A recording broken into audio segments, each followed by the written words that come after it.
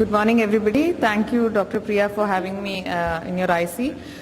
So I think most of the crowd here would be anterior segment surgeons who want to know how to handle a PCR. But then if it does happen, what are the steps you need to take to make sure that it doesn't worsen? And if it does worsen the situation, when to refer, and once the patient is referred, what are the next few steps that happens? So I will initially be playing a video for you to highlight the role of the VR surgeon. These are a lot of videos that have been borrowed from our anterior segment colleagues. Can we have the audio, please? AC collapse leads to vitreous prolapse through the PCR with consequent enlargement of the PCR.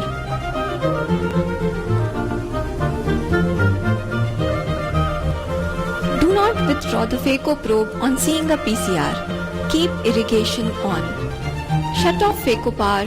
Move from foot pedal position 3 to position 1. Inject viscoelastic under the nucleus fragment through the side port with the non-dominant hand. Then either withdraw the phaco probe out of the eye or complete the emulsification under OVD cover.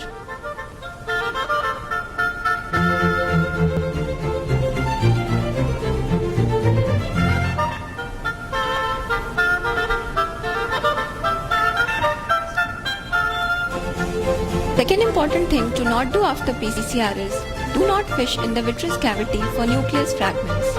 This will cause traction on the vitreous base and may produce giant retinal tears. Nucleus fragments that have gone deep into the vitreous are best handled by vitreoretinal surgeons. Third important thing to not do after PCR is do not let the PCR extend further. Convert PCR to posterior continuous capsulorhexis wherever possible. Enlarge the PCR further with a cutter. The margin of the posterior capsule shaped with a cutter are not as resistant to tearing as a PCCC.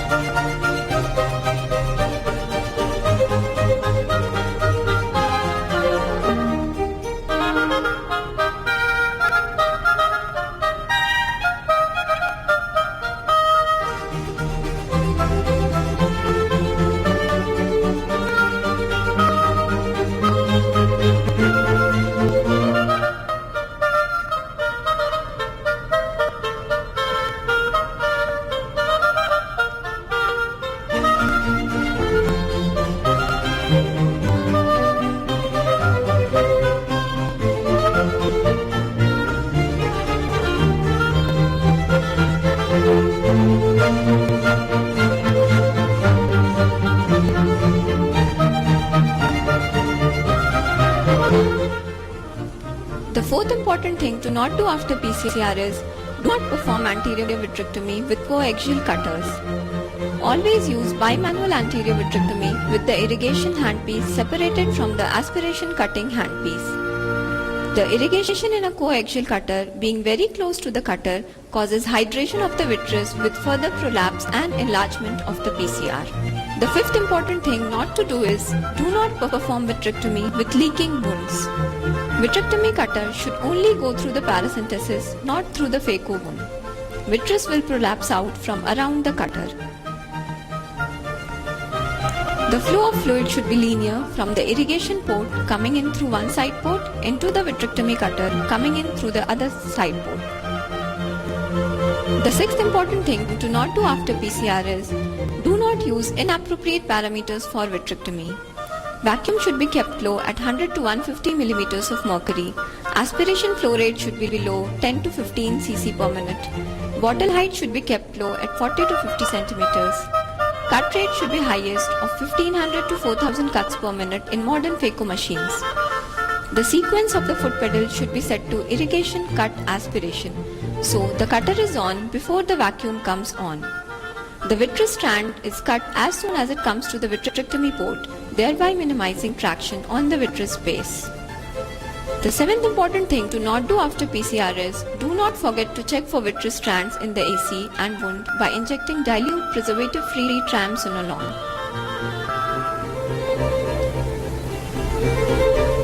Now this is a case with the ideal management. After a PCR, phaco is done with continuous Viscoat injection.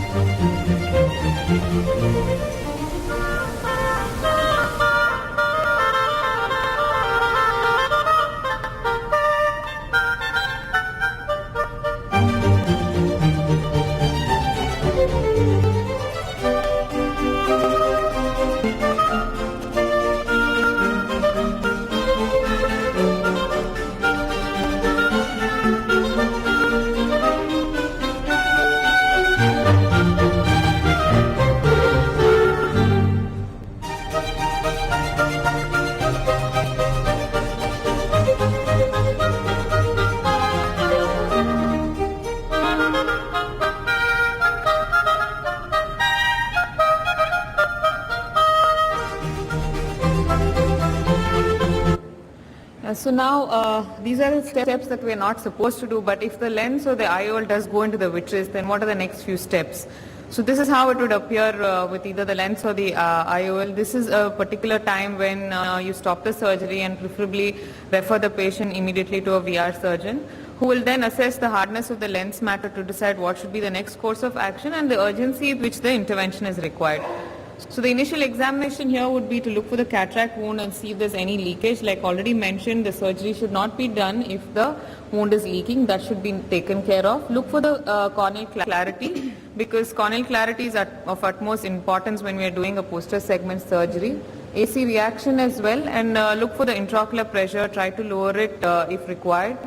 Indirect ophthalmoscopy will then confirm the presence of the lens matter in the vitreous cavity before taking the patient up for surgery. Cortical matter would appear white and fluffy, whereas the nucleus would appear yellowish brown with well-defined borders usually.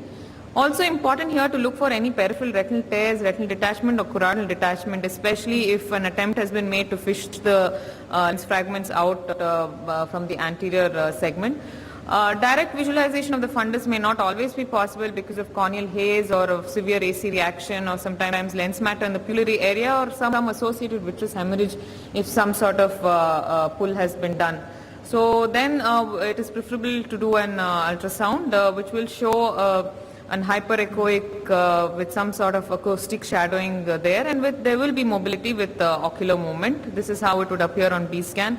You may want to do a B-scan before referring the patient to confirm that there is a drop actually.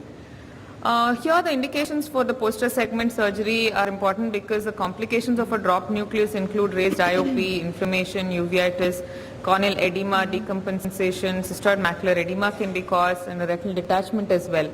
So even the smallest nucleus fragment is preferably removed, especially now with small gauge vitrectomy. It is quite possible to remove these fragments with very good visual outcomes.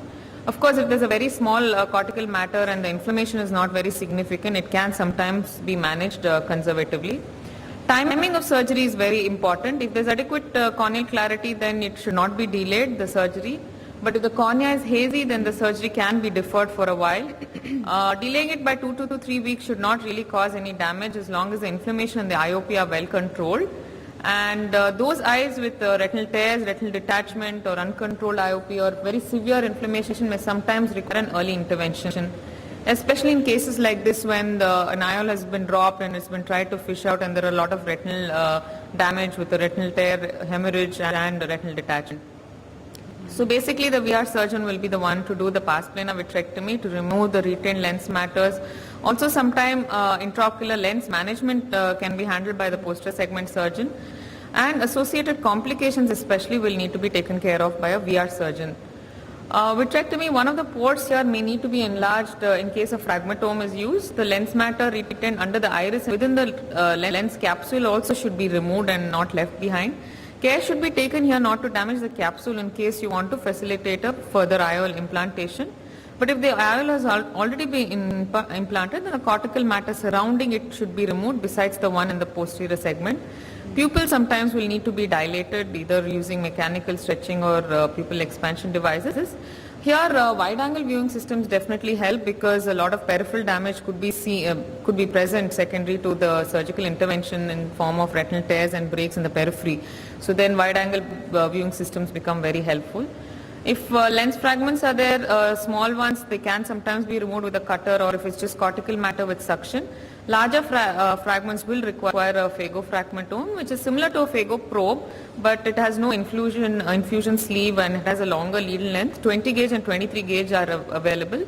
Adjunctive PFCL will need to be used because it basically protects the macula from the fragmentome, the ultrasonic energy that's used, and also it lifts the lens fragments off the macula. But one disadvantage is that they tend to go to the periphery of the PFCL bubble, which sometimes becomes difficult to pick them up. So here is a small video to show how we've done a lens drop.